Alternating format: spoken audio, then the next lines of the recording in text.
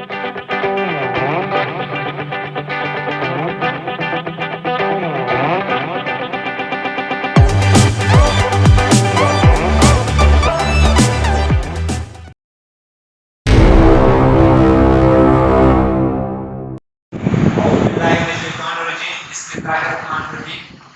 Students, मेरा नाम जाफर हुसैन है।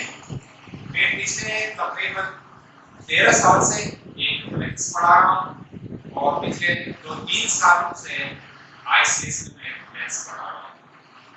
मेरा जहाँ तक मेरे क्वालिफिकेशन का ताल्लुक है, I have done my masters in applied mathematics.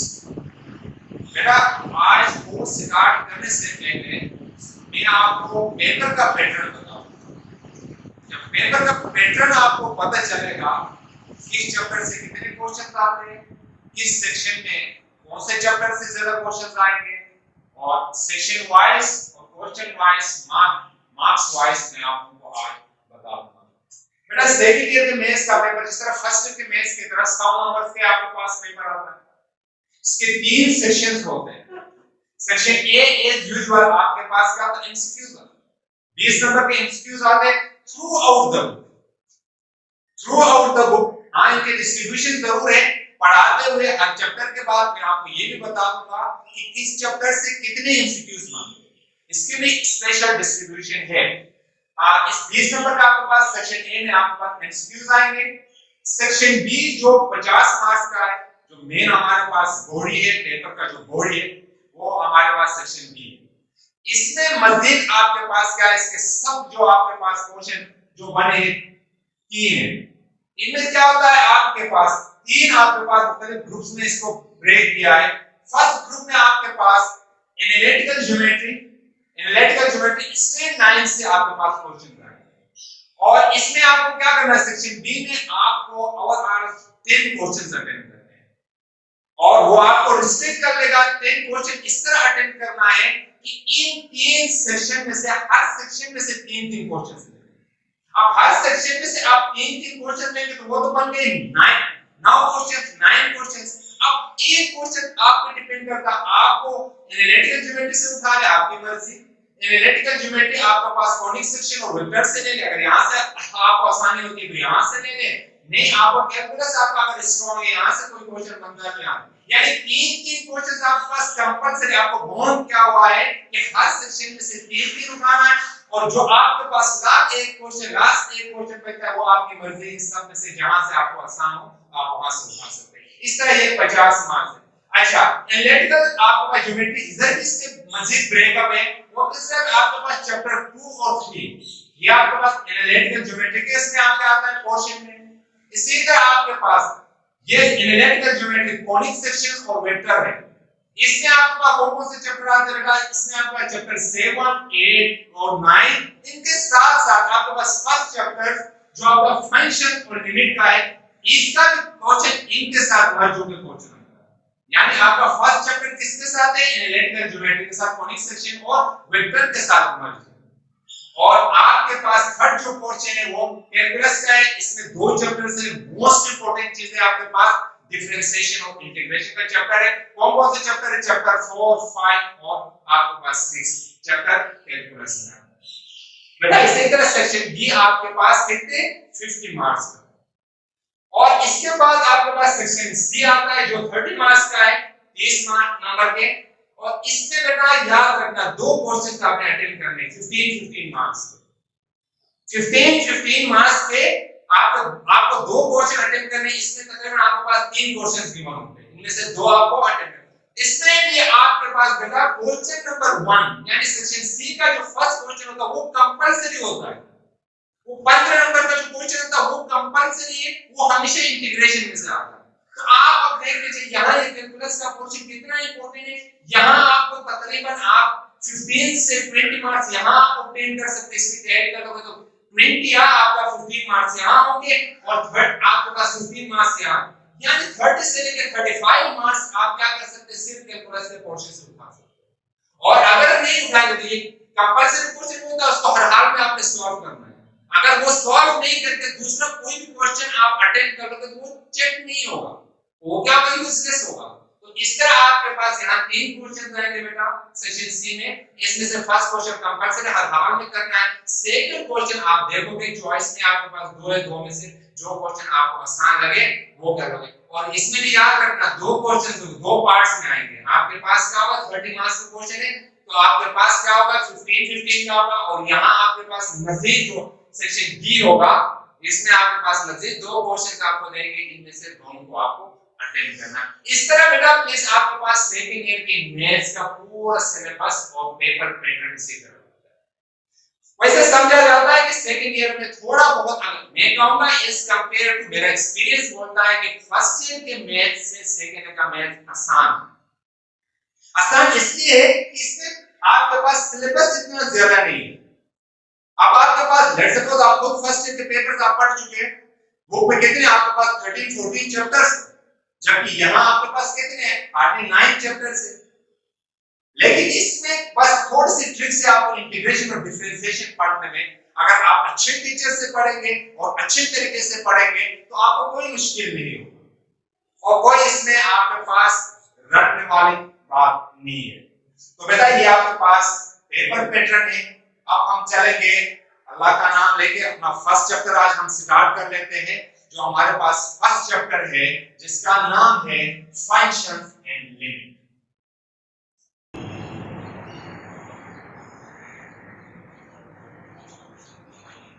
तो बेटा याद रखना फर्स्ट चैप्टर से समटाइम्स आपके पास 9 मार्क्स के क्वेश्चन आ जाएंगे, समटाइम्स आपके पास 11 मार्क्स के आ जाते हैं और समटाइम्स ऐसा भी हो सकता है 6 मार्क्स के आ जाएगा। 6 से ज्यादा ही मार्क्स के आएंगे क्योंकि एक एमसीक्यू इसमें से मस्ट है। तो समटाइम्स 2 एमसीक्यूज भी आते हैं, 2 शॉर्ट क्वेश्चन और 1 शॉर्ट क्वेश्चन और 1 एमसीक्यूज तो मस्ट है। हो सकता है 2 शॉर्ट क्वेश्चन आ जाए और 1 एमसीक्यूज आ जाए, हो सकता है 11 मार्क्स के आपके पास इसमें से आ जाए। तो बेटा जरा देखने की कोशिश कर रहे हैं। नाम से जाहिर है कि फंक्शंस एंड लिमिट। अभी मैं आपको एक्सप्लेन करूंगा फंक्शन। फंक्शन देख लीजिए, नाम से जाहिर वैसे तो हम कहते हैं कि मुख्तलिफ आपके पास तकरीबात होते हैं उनको भी फंक्शन कहते हैं, लेकिन मैथ्स में जो फंक्शन है बेटा याद रखना ये मतलब आपके पास मोस्ट इंपोर्टेंट चीज है और मोस्टली टीचर्स को डिटेल में नहीं पढ़ाते, कहते हैं बस एक सिंपल से ये आपके पास रिलेशन है। तो याद रखना फंक्शन, कोई भी बंदा आपसे पूछे क्या है फंक्शन, क्या चीज है, किसको फंक्शन कहते हैं, तो पहला जुमला आपको ये होना चाहिए कि फंक्शन एक रिलेशन का नाम है। क्या कहोगे? फंक्शन एक रिलेशन का नाम है। आप कोई पूछेगा किसके बीच में, तो आप कहोगे डिपेंडेंट और इंडिपेंडेंट वेरिएबल के बीच में, या 2 वेरिएबल्स के बीच में एक खास टाइप की जो रिलेशन, एक खास टाइप की रिश्तेदारी को फंक्शन कहते हैं। याद रखना हर रिलेशन फंक्शन नहीं होता। हर रिलेशन फंक्शन, तो जिस तरह का आपके पास हर कोई आपके रिश्तेदार तो बहुत सारे होते हैं, हर रिश्तेदार भाई तो नहीं होगा, रिश्तेदार तो बहुत सारे। इसी तरह हर रिलेशन फंक्शन नहीं है और फंक्शन होने के लिए छोटी सी डेफिनेशन उसको याद रखना। आप क्या कहोगे? आ relation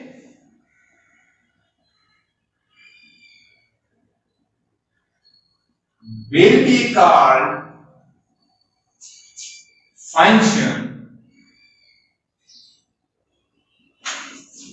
if it fulfills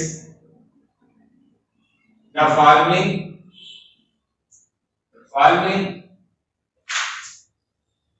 two conditions.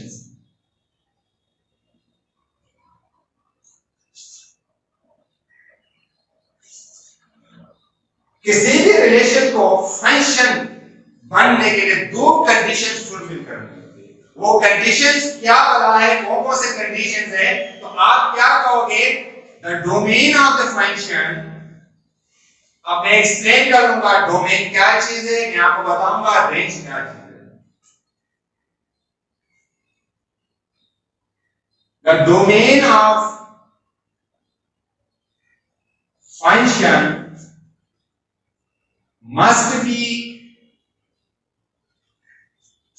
equal to set A या first set।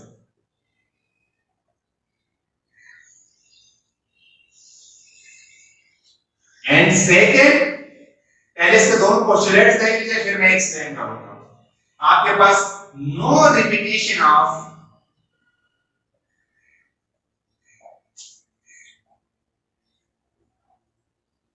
first element। बेटा देख लीजिए, आप क्या कर रहे हैं, रिलेशन के लिए दो चीजों का होना जरूरी है। ठीक है, आप अपने डेली लाइफ में देख लीजिए या आप मेस की दुनिया में देख लीजिए, तो किसी भी रिलेशन के लिए दो चीजों का होना जरूरी है। अगर हम क्या करेंगे, इन दो चीजों के बीच में कोई ना कोई रिलेशन डिफाइन कर लेंगे, तो इस रिलेशन में दो चीजों का हम खास ख्याल रखेंगे। वो दो चीजें क्या है, हम देखेंगे कि जो फर्स्ट आपके पास जो फर्स्ट सेट है, उस सेट के जो आपके पास क्या होगा एलिमेंट्स, और पूरे जो रिलेशन हम डिफाइन करेंगे उसका डोमेन क्या होना चाहिए, बराबर होना चाहिए। और सेकेंडली क्या होना चाहिए, फर्स्ट जो आपके पास रिलेशन का जो फर्स्ट एलिमेंट है वो क्या होना चाहिए, रिपीट नहीं होना चाहिए। बेटा इसको समझने से पहले हम क्या करेंगे, जरा देखने की कोशिश करेंगे। लेट्स सपोज हमारे पास दो सेट्स हैं। एक सेट हमारे पास है ए, जिस तरह लेट्स सपोज ए बी और मैंने सी ले लिया, और दूसरा सेट में ले रहा हूं बी, और इसमें मैंने लेट्स सपोज तीन ही एलिमेंट्स ले लिया 1 2 और 3। मैं अब इन दोनों के बीच में एक रिलेशन डिफाइन करता हूं। ये रिलेशन क्या है, लेट्स सपोज बाइनरी रिलेशन मैंने डिफाइन किया ए क्रॉस बी। लेट्स सपोज मैंने क्या कर लिया, ए का जोड़ी बना लिया 1 के साथ, फिर मैंने क्या कर लिया बी की जोड़ी बना लिया 3 के साथ, और फिर मैंने आप इसमें एक रिलेशन सी की जोड़ी बना लिया मैंने 2 के साथ। तो ये एक रिलेशन मैंने डिफाइन किया। इस रिलेशन में इसी तरह मैं यू भी कर सकता है। अगर मैं कहूंगा कि A binary relation with B, मैंने यू ले लिया, ए को मैंने 3 के साथ ले लिया, फिर मैंने क्या कर लिया बी को ले लिया बेटा आपके पास वो भी 3 के साथ, और फिर मैंने ले लिया सी को आपके पास किसके साथ, वो मैं 2 के साथ ले लिया। एक इस तरह का रिलेशन मैंने डिफाइन किया। फिर मैं इस को एक रिलेशन डिफाइन कर रहा हूं, ए को 3 के साथ, बी को भी 3 के साथ, और सी को भी मैंने 3 के साथ। अब जरा देखने की कोशिश करो बेटा प्लीज, ये तीन रिलेशंस मैंने डिफाइन किए। ये दूसरा रिलेशन, ये तीसरा रिलेशन। अब आपसे कोई पूछेगा क्या ये रिलेशंस फंक्शन है या नहीं, तो बेटा याद रखना, फर्स्ट जो आपके पास रिलेशन 1 है, मैं देख रहा हूं रिलेशन 1, इसका आप डोमेन देखते बेटा प्लीज। डोमेन जो हम जिसको आम अल्फाज में क्या कहते हैं, इनपुट भी कहते हैं, जो हम इंसर्ट करते हैं, और जो इसके इंसर्ट करने के बदले में हमें जो चीज मिल जाती है वो क्या कहलाती है, रेंज कहलाती है। तो हमारे पास हमें क्या इनपुट, हमारे पास क्या है, आपके पास लेट्स सपोज फर्स्ट सेट में ए, आप ये रिलेशन R1 के, इसका अगर डोमेन देखेंगे, डोमेन ऑफ R1 के डोमेन आप देखोगे, तो फर्स्ट जो आपके पास एलिमेंट्स, ये वाले एलिमेंट्स क्या कहलाते, आपके पास कहलाएंगे डोमेन, यानी ए बी सी। इसका डोमेन क्या है, क्या तो आप देखोगे ए बी और सी, ये इसके डोमेन। अब जरा देखिए क्वेश्चन, आपने क्या कर लिया, फर्स्ट रिलेशन का डोमेन फाइंड कर लिया। डोमेन क्या है, ए बी सी। तो अब आप चेक कर ले बेटा, क्या ये डोमेन रिलेशन का जो डोमेन आया, क्या वो फर्स्ट सेट जैसा ही नहीं आया। फर्स्ट सेट आपके पास क्या है, ए, तो इसका मतलब देख लीजिए R1 का जो डोमेन है, domain of R1 is equal to क्या हुआ, सेट ए के बराबर। तो इसका मतलब क्या हुआ, फर्स्ट कंडीशन आपके पास फुलफिल। यानी आप रिलेशन को डिफाइन करने के बाद क्या करोगे, उसका डोमेन निकालोगे। डोमेन निकालने के बाद चेक कर लोगे कि क्या वो डोमेन जो आप फाइंड कर चुके हैं वो सेट ए यानी फर्स्ट सेट जैसा है या नहीं। तो आप अगर है तो आप क्या करोगे, सेकंड कंडीशन देखने की कोशिश करोगे। सेकंड कंडीशन में क्या है, no repetition of the first element. यानी फर्स्ट एलिमेंट का मतलब क्या होगा, डोमेन। चेक करो जो रिलेशन आपने R1 फाइंड कर लिया उसमें पहला जो एलिमेंट है वो रिपीट तो नहीं हो रहा। इसका मतलब देखिए, चेक करने की कोशिश करो, ए एक ही दफा के यहां बी आया यहां सी, तो फर्स्ट एलिमेंट रिपीट नहीं होगा। सारे एलिमेंट्स क्या डिस्टिंक्ट है, बिल्कुल अलग अलग। तो इसका मतलब क्या, सेकंड कंडीशन की फुलफिल हो गई यार। तो इसका मतलब क्या होगा, आप कहोगे no repetition of first element. So R1 is function. क्या कहोगे? R1 क्या है? फंक्शन। क्यों? क्योंकि दोनों कंडीशन से फुलफिल है। इसी तरह सिंपल बेटा अगर R2 की बात कर ले तो देख लीजिए इसका डोमेन क्या है, यहां से ही देख लीजिए बेटा प्लीज, A, B और C। डोमेन क्या है? A, B और C, बड़ी चीज है जो क्या आपके पास बराबर है फंक्शन है। फिर आप देख लीजिए कोई चीज रिपीट है या A, B, C कोई रिपीट नहीं, इसका मतलब है क्या है? R2 भी आपके पास फंक्शन है, ये भी फंक्शन है, ये भी फंक्शन है। फिर इसी तरह R3 क्या आ जाए बेटा, तो इसमें देखो A, B, C डोमेन क्या है? A, B, C है और आपके पास आप देख रहे हैं कि कोई रिपीटेशन नहीं, इसका मतलब है ये भी फंक्शन है। बेटा इसमें इंपॉर्टेंट चीज क्या है, जब भी कोई आपको रिलेशन देखेगा ये फंक्शन है या नहीं, आपको रेंज नहीं देंगे, फंक्शन है या नहीं ये क्या डिफाइन करेगा? डोमेन डिफाइन करेगा। डोमेन चेक करना, देख लीजिए ऐसा ना कि कंफ्यूज ना हो कि सर 3 दो दफा आया है या यहाँ 3 टाइम्स या थ्राइस आपके पास 3 आया, इससे कोई फर्क, रेंज हमें नहीं देखनी, हमें क्या देखना है? डोमेन देख के हम डिसाइड कर लेंगे कि जो गिवन रिलेशन है वो फंक्शन है या नहीं है। तो बेटा फंक्शन के लिए इसी तरह अगर मैं क्या करूंगा, लेट्स सपोज मजीद डेली लाइफ से समझाना चाहूंगा तो आप फॉर एग्जांपल लिख लेने की कोशिश करें। मैं क्या कर रहा हूं, 3 बंदों का नाम लिख रहा हूं, असलम मैंने लिख दिया, दूसरा बंदा है अकरम और तीसरा बंदा है लेट्स सपोज अरशद, और इनका मैं डिफाइन का फंक्शन लेट्स सपोज यहां अशरफ, एक बंदा। मैं अगर फंक्शन देखो डेली लाइफ से लेकर आऊंगा, मैं क्या कर रहा हूं, असलम को भी कनेक्ट कर रहा हूं किसके साथ? अशरफ के साथ। मैं अकरम को भी कनेक्ट कर रहा हूं किस? अशरफ के साथ, और यहां अरशद को भी कनेक्ट कर रहा हूं। अगर मैं जुमलों में बोलूंगा मैं यूं कहूंगा, इनको मैं सन से लूंगा, बेटे हैं, और ये अगर फादर लूंगा तो ये बिल्कुल आपके पास फंक्शन नहीं है। क्या है? असलम भी अशरफ का बेटा है, ये अशरफ क्या होता है? रिपीट हो रहा है जो रेंज है। इसी तरह अकरम वो भी अशरफ का बेटा, बिल्कुल पॉसिबल है। इसी तरह क्या अरशद भी आपके पास क्या है? तो आप अगर सन्स टू फादर कोई रिलेशन ले लोगे, सन्स टू फादर रिलेशन लोगे, वो डिफरेंटली ये रिलेशन क्या होगा बेटा? आपके पास फंक्शन। इसके अलावा अगर हम यू चेंज कर रहे 1 मिनट के लिए, अगर मैं यू कर रहा हूं, इधर लेने की कोशिश कर रहा हूं, मैं इसी फंक्शन को यहां अगर मैं फादर ले, यानी ये आपके पास असलम भाई है, ये अकरम भाई है आपके पास, और ये अरशद अगर है, ठीक, और मैं यहां से यू करके यही अशरफ ले रहा हूं, और ये अगर मैं सन, तो देख लीजिए यहां से अगर मैं कहूंगा कि असलम को भी इधर कनेक्ट कर लूंगा, अकरम को भी, तो अरशद को भी यहां कनेक्ट कर लूंगा, तो टोटली अवॉइड कर देगा, ये फंक्शन नहीं होगा। क्यों? अब ये 3 बार एक ही लड़के का हो नहीं सकता, ठीक है? रियल लाइफ में भी फादर्स टू सन ये आपके पास क्या है? फंक्शन ही, और सन्स टू आपके पास फादर ये आपके पास क्या है? एक एग्जैक्ट फंक्शन है, क्योंकि ये आपके पास क्या कर रहा है? फंक्शन के दोनों कंडीशंस को फुलफिल कर रहे हैं। बेटा उम्मीद है कि आपको कोई फंक्शन के डेफिनेशन को आया और ये सारी चीजें आपको समझ में आया होगा, ठीक है? तो नेक्स्ट हम पढ़ते हैं क्या? Types of function. हम क्या पढ़ेंगे? Types of function.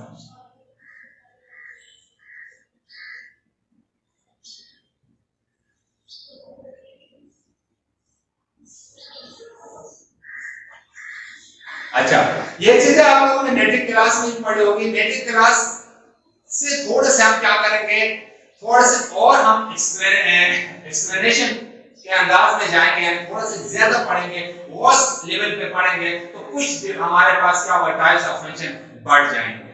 हमारे पास तो मैट्रिक क्लास तक तो हम सिंपल यही चीजें पढ़ते आ रहे थे कि फर्स्ट टाइम आपके पास क्या होता था?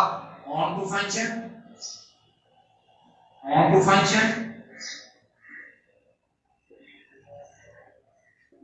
into function, into function। इसका जो टाइप आपके पास है 1 फंक्शन या 1 to 1 फंक्शन के, और फोर्थ क्या है आपके पास, बाइजेक्टिव या बीजेक्टिव। आप बीजेक्टिव भी इसको पढ़ सकते हैं और बाइजेक्टिव भी पढ़ते हैं।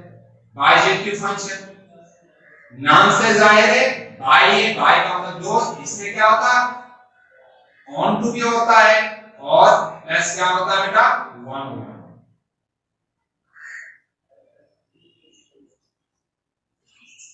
टाइप्स ऑफ फंक्शन में क्या है बेटा आपके पास, यहां तक हम क्या करेंगे, चार्ट सिंपल से चार्ट से, इसके अलावा मैं बता दूंगा सेकंड ईयर में जो नए टाइप्स ऑफ फंक्शन थे जो हम पढ़ रहे, जो हमारे कोर्स में शामिल है, वो भी हम पढ़ेंगे। टाइप्स ऑफ फंक्शन सिंपल आपके पास चार टाइप्स के फंक्शन हम पहले ही पढ़ चुके हैं, उनको मैं एक्सप्लेन करूंगा। फिर हम आएंगे कांस्टेंट फंक्शन पे आएंगे, लोगरिथमिक फंक्शन, एक्सपोनेंशियल फंक्शन, और हमारे पास बहुत सारे आपके पास ऑड फंक्शन है, इवन फंक्शन है, कांस्टेंट फंक्शन है, एक्सप्लिसिट फंक्शन है, इम्प्लिसिट फंक्शन है, वो सारे मैं बाद में आपको एक्सप्लेन करूंगा। पहले ये देखने की कोशिश करो ऑन टू फंक्शन बेटा। ऑन टू फंक्शन किस टाइप का फंक्शन बेटा, प्लीज से देखने की कोशिश करें। अगर मैं ले लेता हूं, इधर देखने की कोशिश करें, एक सेट मैंने सेट ए ले लिया जिसमें अगर आपके पास तीन एलिमेंट्स है, जैसे 1 2 और 3। अगर दूसरा हमारे पास दूसरा सेट है बेटा बी, जिसमें अगर हमारे पास जैसे 2 एलिमेंट्स। अगर मैं क्या करता हूं, इसको कनेक्ट करता हूं, इसको इसके साथ रिलेशन है, इसका भी इसके साथ रिलेशन है, इसका भी इसके साथ रिलेशन है, इस तरह के आपके पास फंक्शन है। सपोज आप इसको डिफाइन करोगे तो ए बाइनरी रिलेशन डिफाइन कर लिया, इसके साथ ये क्या होगा 1 और a। इसी तरह आप क्या करोगे 2 और b और 3 आपके पास b के साथ। तो बेटा देखिए ये फंक्शन है या नहीं, क्यों, देखिए इसका डोमेन देखोगे 1 2 3 जो फर्स्ट सेट के बराबर है, 1 2 और 3 ये इसके डोमेन है जो फर्स्ट सेट है से।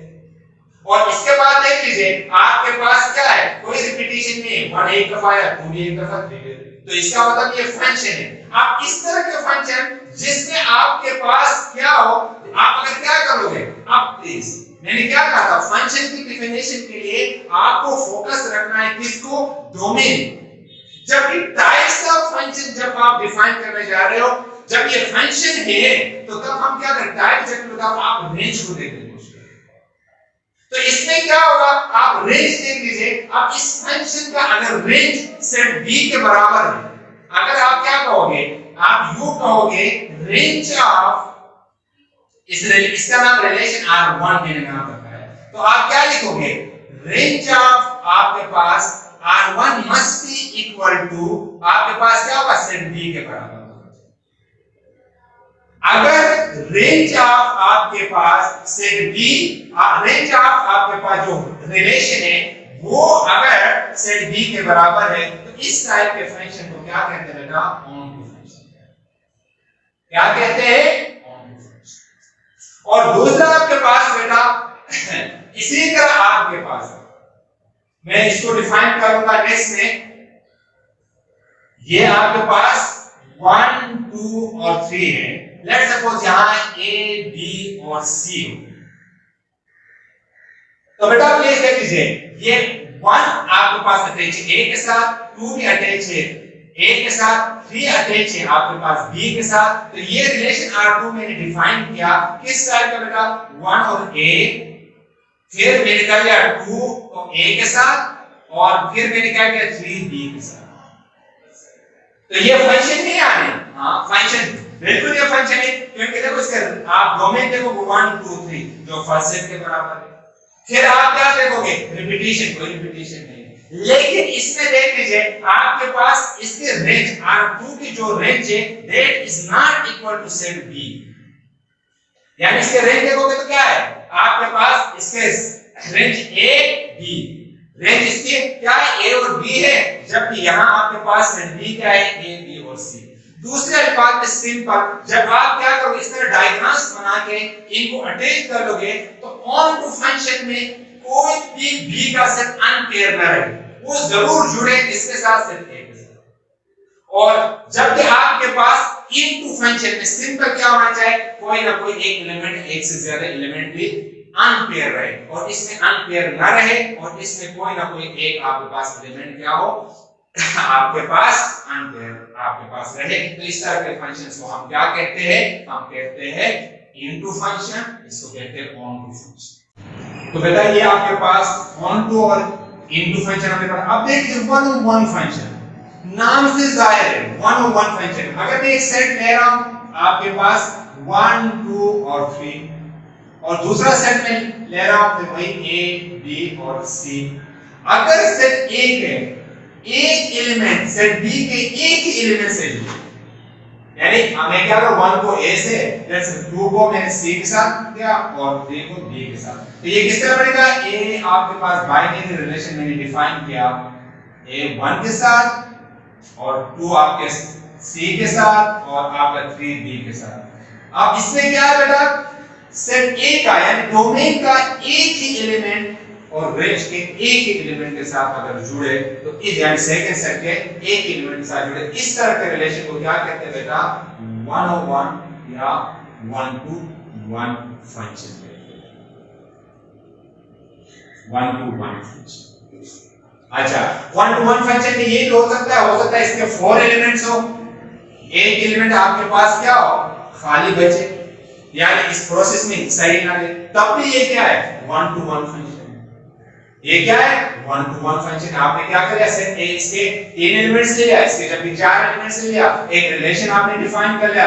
डिफाइन किस तरह कर लिया? एक एलिमेंट को एक एलिमेंट के साथ कनेक्ट कर लिया, तो ये क्या हुआ बेटा आपका 1 on 1 फंक्शन बनेगा। द लास्ट हमारे पास क्या है बीजेक्टिव या बाइजेक्टिव फंक्शन। वो किस टाइप का फंक्शन होता है जिसमें दो आपके पास टाइप के फंक्शन इन्वॉल्व हो, एक 1 on 1 पे होना चाहिए और ऑन टू पे होना चाहिए। इसमें हम क्या करेंगे बेटा, एक सेट A ले लिया A B और C और ये AZ आपके पास 1 2 3 ले लिया, ये इसके साथ कनेक्ट, ये इसके साथ कनेक्ट कर लिया, इसको इसके साथ कनेक्ट कर लिया। रिलेशन किस तरह हमने डिफाइन किया बेटा, A आपके पास बाइनरी रिलेशन B के साथ A1 B आपके पास 2 C आपके पास 3 के साथ कनेक्ट कर। आप जरा देखिए कोशिश करें इसमें क्या फर्क है, यानी ओनली 1 on 1 और आपका बीजेक्टिव में क्या फर्क है देख लीजिए। 1 to 1 में देखो एलिमेंट बच भी सकता है, 1 on 1 तो है लेकिन कोई एक एलिमेंट रेंज का बच भी सकता है, और जबकि आपके पास यहां क्या है कोई एलिमेंट नहीं बचा। मैंने क्या कहा था, जब ऑन टू मैंने डिफाइन कर लिया तो मैंने ये कहा था सेट B के कोई भी एलिमेंट आपके पास अनपेयर न रहे। देखो कोई एलिमेंट अनपेयर नहीं, यहां जबकि अनपेयर है, तो इसलिए ये ऑन टू भी है, अनपेयर कोई एलिमेंट नहीं है और एक का एक के साथ कनेक्शन है, इस वजह से ये कहलाएगा बेटा आपके पास क्या बीजेक्टिव। तो बेटा ये आपके पास क्या था फंक्शन और इसके टाइप्स मैंने आप लोगों को बिल्कुल आसान अल्फाज में समझाने की कोशिश की। मुझे उम्मीद है कि ये पूरा लेक्चर आपके समझ में आया होगा और आप घर में जाके एक दफा जरूर बेटा इसको क्या कर ले, पूरे लेक्चर को थोड़ी एक दफा रीड कर ले, फिर इसको आप क्या करो रजिस्टर में इसको फेयर कर। जब आप फेयर कर लोगे तो इंशाल्लाह एक दफा आप इसको देख लोगे तो नेक्स्ट लेक्चर में आपको कोई प्रॉब्लम नहीं होगा और आगे नेक्स्ट लेक्चर पूरा का पूरा समझ में आएगा। Thank you.